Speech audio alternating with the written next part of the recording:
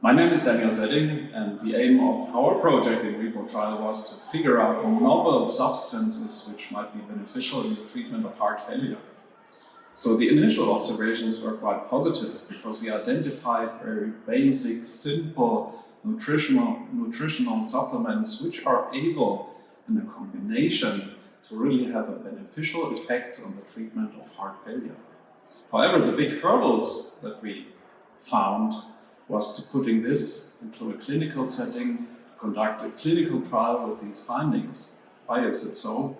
Because the hurdles from the German authorities are set so high nowadays that we are not able to test a combined treatment modality of testing these very basic, very simple, over-the-counter substances which everyone is able to buy in the next supermarket. But if you want to combine them and do a medical trial for assessment on their effect on heart failure, the hurdles nowadays by the BfArM are set so high that you simply are not able, even with a large consortium like REBO-Trial, to conduct such a heart failure trial nowadays in Germany. So we had to find ways to outsource this trial to a different European country.